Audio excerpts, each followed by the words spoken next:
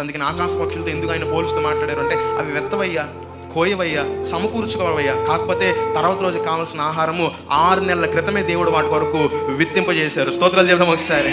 అంతే కదా. ఈ రోజు వచ్చేస్తుందా పంట? ఈ రోజు విత్తనం వేస్తే రేపు పొద్దున్న పంట వచ్చేస్తుందా? లేదు కదా.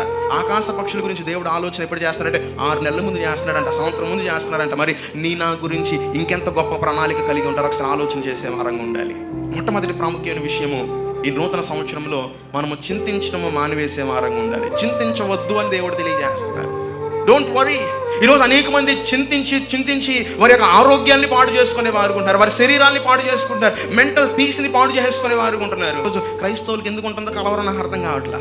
మనల్ని రక్షించే దేవుడు, మనల్ని స్వస్థపరిచే దేవుడు, మన విషయంలో కార్యాలు జరిగించే దేవుడు, వాగ్దానం చేసి వాగ్దానములన్నింటినీ నెరవేర్చే దేవుడిని ఆరాధిస్తున్న వేళలో మనం కలవరపడడం ఎందుకు? మనం చింతించడం ఎందుకు?